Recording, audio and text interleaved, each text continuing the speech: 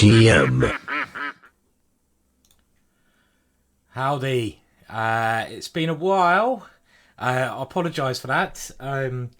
Lots of things been going on, and I've had a bit of a nasty chest infection. I mean, I haven't really been able to talk over a lot of January, which is sort of going now. I hope it goes in time for Gibraltar, because I'm supposed to be commentating there in a couple of days. But anyway, I'm back. So we're back with a long play video, which I know a lot of you do love. And I'm playing against 1900, but this is all about my ideas and how a Grandmaster thinks. So hopefully you can learn from that. And a new system which I've been playing quite regularly and has brought me many good results is an aggressive little system with knight to f3. So I thought I'd try it out in a game here, something a bit different. And the way I play this, after d5, I play e3. And the general setup that I go for, and this is what you got to do when you play every opening, you've got to know your opening setup, your middle game ideas, your attacking ideas, your opponent's ideas, etc, etc. And the idea here is for me to go c4, and I put the pawn here because I want to control the d4 square. So when I play c4, which I will now, if my opponent, well, he can't play d4, I don't want him pushing that pawn forwards because he'll lose it. I have two pieces attacking it. That's why I played e3, so my moves do have a purpose.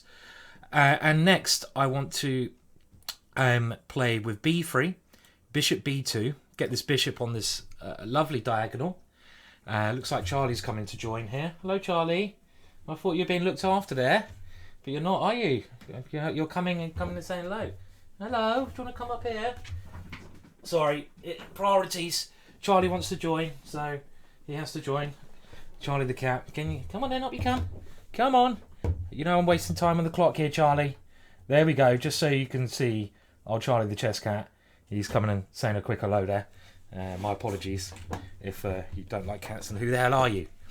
So my next setup, yeah, you've got to develop your pieces at the start of the game. So I'm going to go b3, and of course the idea of this is to put this bishop on this very good diagonal.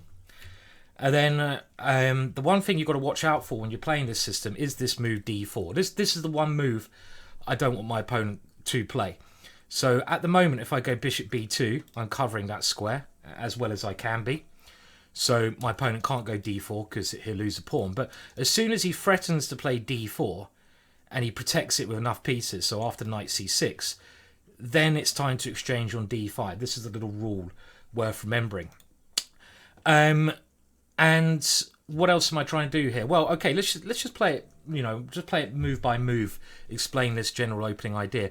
The other thing I do try to tend to do here in this opening, I used to fianchetto the bishop here when I was a kid, but one thing I've been having a lot of success with is just putting the bishop on e2 and trying to charge my g-pawn up the board. And it looks like a very sort of boring opening, maybe to a lot of you, but it's actually very exciting, this opening for white, because you get very good attacking chances. But following the general rule, my opponent is now threatening to play d4. I don't want him to play that move because it blocks my bishop in, and it will really give him space in the centre. So the rule is, as soon as that is a threat, you should take on d5, and this way you give black a choice of what he wants to go for. He's got two main choices, pawn takes or knight takes. Now, knight takes is fairly risky. Hi, Charlie, you're off again now. Okay, bye. Cool, you're running back to the spare room after he's had his little drink there. And the camera's not particularly well aimed here. Knight takes is another option, but pawn takes is what most top players are playing here. And now this is quite an interesting strategic position. What are we trying to achieve here? Well, generally what we're trying to achieve, and again, this is what you need to know when you're playing any opening, we want to be playing d4 and we want to be taking on c5.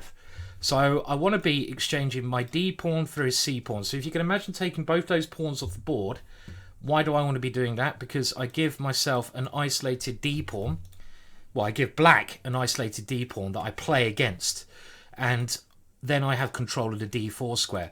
So the idea I want to play is d4 and take on c5, but you have to be a bit careful about the move order, because if I play d4 straight away, I weaken the diagonal towards my king, and I'm not very well developed. That can backfire. If I play a move like bishop b5, which is not so bad, trying to develop, black can, and I've had this before against 2600 Grandmaster in a proper game, black can start quite a quick counterattack against h2. So the move I believe is the most interesting in this position is knight to c3, and this move is a developing move where I'm trying to just get ready to play d4, but I'm covering this diagonal. So remember, when I play the move d4, my king is better defended. I'm covering the e4 square, so also if my opponent after d4 tries to move his knight in, I'm covering that square. The only question is, can black play d4 now? And this is something I've done a bit of my own research on. And of course, he can play d4 in this position. He chooses not to at the moment. He chooses rather to develop his bishop to e7.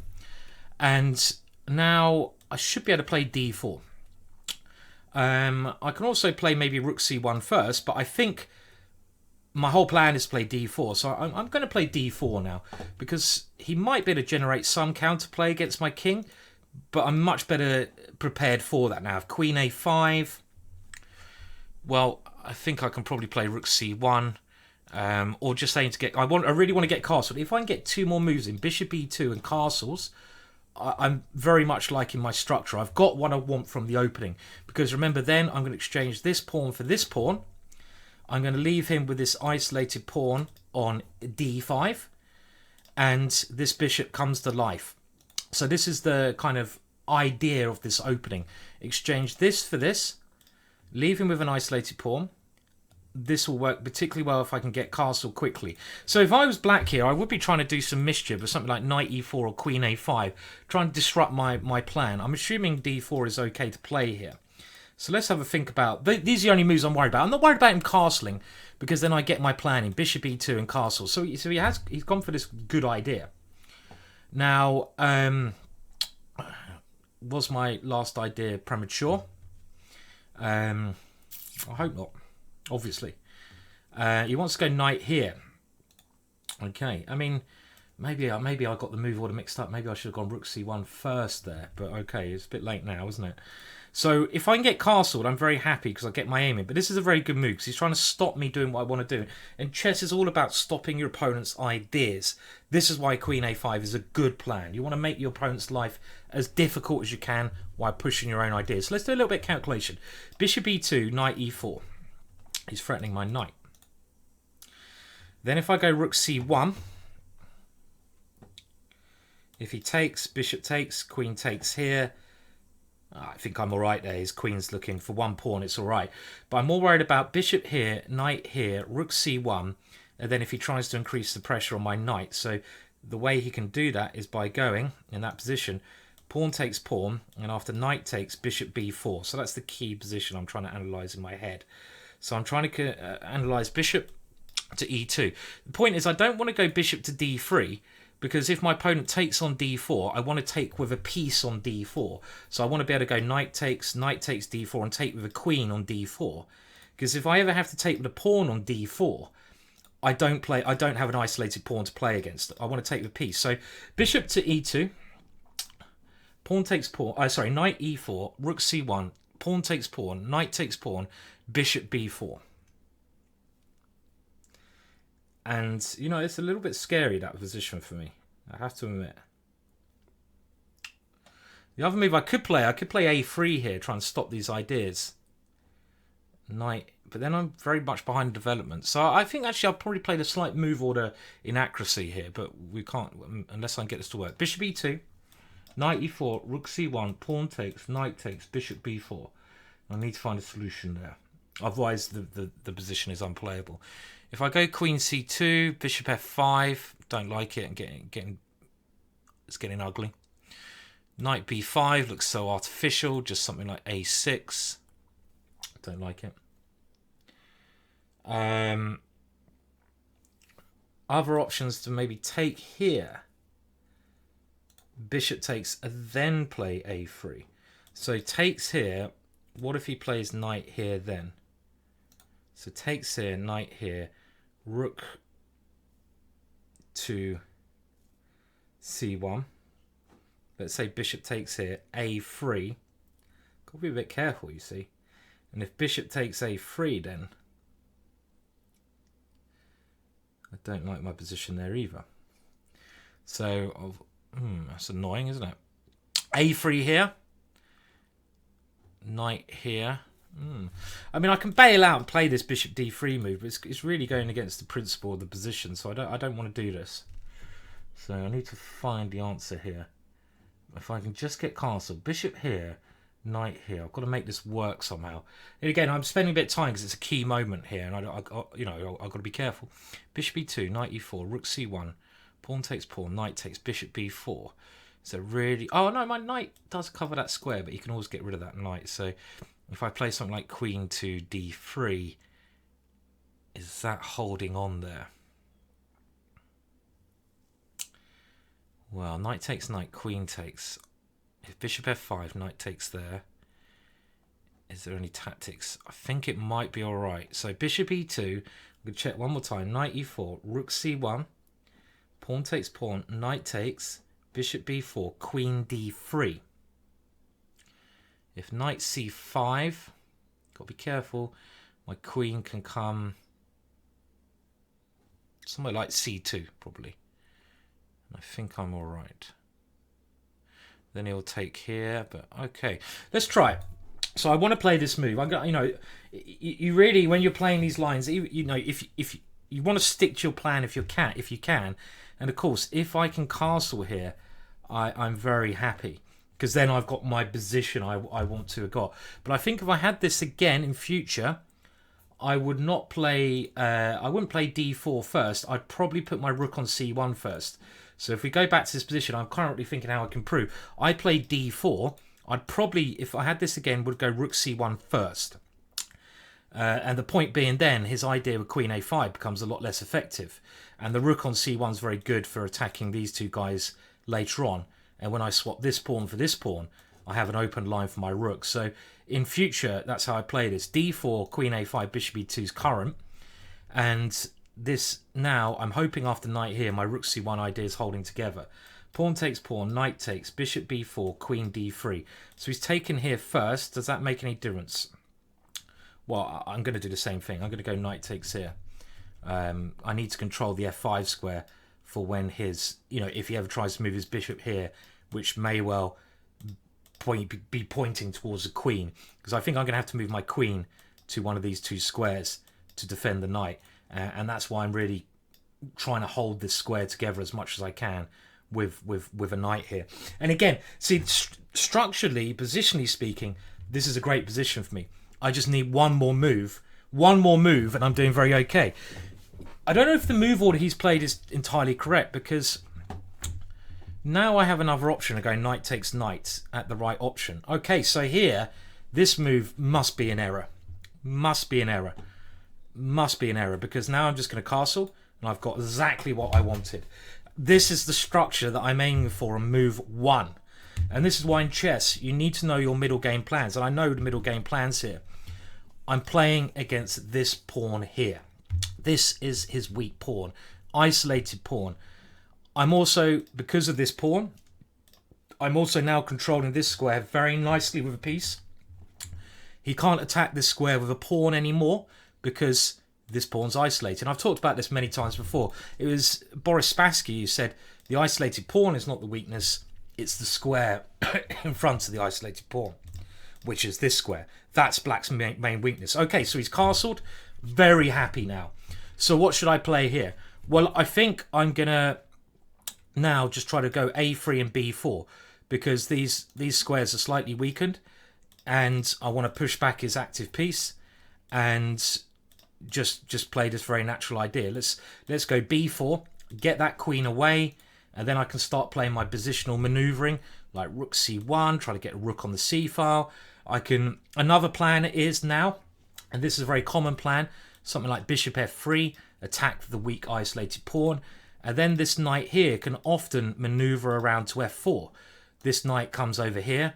Why? Because I open up the bishop and my knight on f4 still attacks that square. My bishop still attacks that square. Okay, so here there's no reason not to play b4. If I can force his pieces backwards, I will certainly do that. And now this bishop d7 was just too passive. I mean, the position is okay for him still, but I must have an edge now structurally. you know, when you have an isolated pawn, you want to try to gain an attack, but it's very hard here because his pieces are not on any good squares, and this is just much too passive. This is, you know, typical kind of error. Okay, so he's put his queen here, so I mean, without thinking, I'm going to go rook c1. Again, this requires very little thought because rook goes to an open file.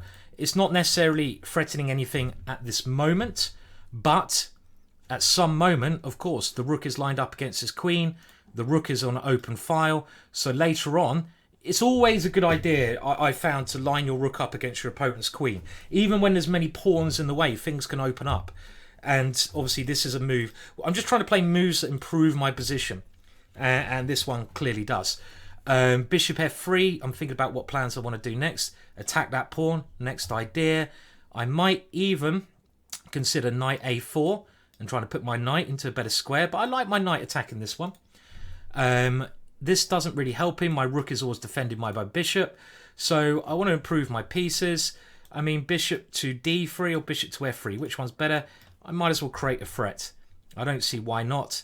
And that also allows this knight to come round to this square. I mean, knight a4 is actually quite tempting as well because I'm pinning that knight very nicely. But I'm going to improve my bishop. My bishop's not doing much on e2. So let's put it here where it actually has... you know, you've got to, every move's got to have a bit of a purpose.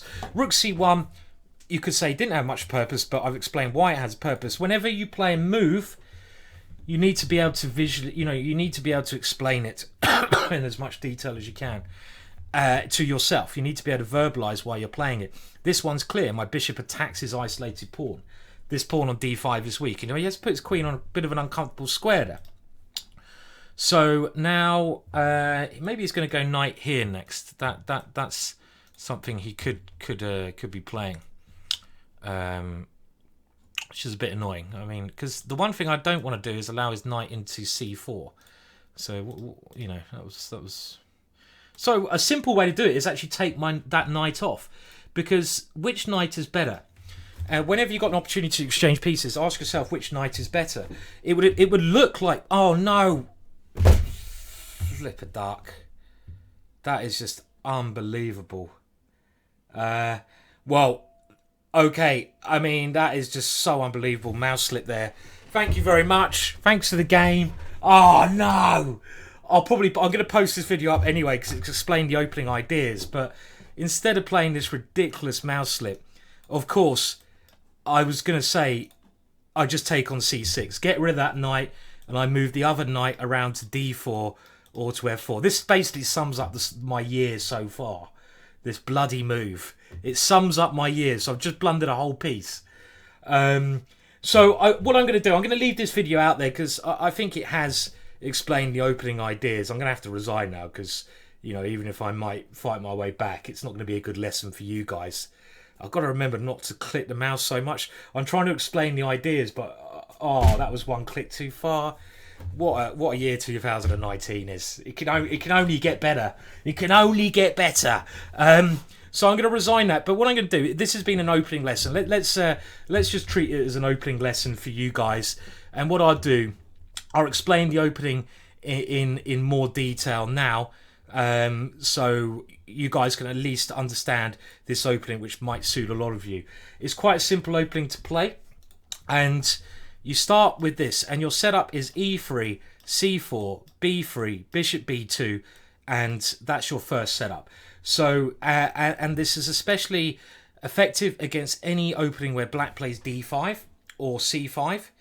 If black fianchetto, so he plays the King's Indian defense, I'm not going to do the same setup. Oh, bloody hell, I'm annoyed with that. That was turning into a nice little game. I got exactly what I wanted from that one. And just bloody mouse slipped. Oh dear, I'll be back with some better videos soon, guys. Anyway, so against d5, which a lot of people play, I don't go c4 straight away. Why don't I do that? Because he goes d4, and this is the one move I don't want to play. So I play e3 first, gaining control of that square, and next I'm going to play c4. When I play c4, what can my opponent do? Well, if he takes on c4, a line I like playing here, and he's given up a very good central pawn there, I like actually going knight a3 first, and trying to bring this knight into e5, which I think is a very good square for the knight. And I've got an extra central pawn, so I'm quite happy there. So black generally tries to keep his pawn on this square. And what do we do next? Can you remember the next stage of this plan? We try to get this bishop onto the lovely diagonal. So we go b3 and we put the bishop here. Now what else can black do? c5 seems quite critical. If black plays a move like bishop e7, just to show you the idea, bishop here, let's say castles, what ideas have we got here? Well, knight c3 seems perfectly sensible, but another main idea that you want to be playing in this variation, and one of the reasons I like it so much, is this little move g4. And that little move is a hell of a lot of fun. And this is a move that makes this variation very playable, very exciting. It looks, you know, my setup, first 6 moves look really like, what's white doing? He's not really doing anything. But this move g4 brings it to life. And, you know, I'm not necessarily saying this situation, but here, if knight takes g4, rook g1 is always the idea, and you can see the power of this. Okay, black can do something like this. Bishop f6 may have been better, but we have some kind of attack here. Probably a better way to do this is to go knight c3 first. Let's say something like c6, queen c2. This is very useful. Knight here. And only when you've got this development, so you're ready to castle queenside, play g4. Another way you can attack here, and another thing that I've used very successfully, is also h4. And the point of this is to put the knight on g5 and to checkmate on this square on h7. So these are just little ideas that I'm trying to share with you to help you with a new opening. One more thing I do want to mention, if you take on d5, we talked about what you're aiming at if black takes back with a pawn on d5. But what if he takes with a knight here? Now we have a different pawn structure, so whenever the pawn structure is different, you've got to think in a unique and different way. This pawn is not on d5. It completely changes the dynamics of the game. Well, here I recommend playing knight c3, and now we're going to go with simple development. Black moves his bishop, aim to castle. And now a3. I just want to control this square, because after castle's kingside, I want to put my queen on c2, and I don't want to allow annoying knight b4 move. And what's the idea here? The most effective idea is not g4, g5, because there's nothing to attack now. That knight is moved. But the most effective idea after b6 is h4. And this is incredibly dangerous. Let's say bishop b7, a blunder already, knight g5, and black is in a lot of danger of getting completely smashed on h7 in no time whatsoever. So going back to the game, oh god, what a blunder that was. After knight c3, this move here, d5, so the difference is he's taken with a pawn here. Now knight c3, I've had this move before, and this gets very interesting now. The move I'd recommend you play here is knight to a4. And this is very interesting. I've looked at this with a computer, and yes, black does have a big centre, but what's your idea? Your idea is bishop b5, trying to double the pawns, castle. Your other idea is rook c1, and to win this pawn here, and to hit this pawn here. These pawns are very forward, but they're also quite overextended and possibly weak. So this is a very unique position, and very, very rare position. In the actual game, black played bishop e7, and I think in future I'd just go rook c1 first here. Let's say castles. Now I'd play this move d4, because I think I avoid all these problems on the diagonal towards my king with this. Maybe what I played is okay. Let's check that line in my analysis. My analysis here was in this position, my opponent played this really bad move, bishop d7. But what if he goes knight here, threatening this piece? Well, I could take on c6. My original analysis was something like rook here, bishop b4, queen d3. When if I get one more move in, I'm going to be absolutely okay, because I break the pin. If he tries taking here at all, if he does grab this pawn, this looks highly dangerous because he's really behind in development. I can castle, I can maybe win a piece somehow, like knight c6, and this position is winning for me after I do something like this. So I don't think he can do this move.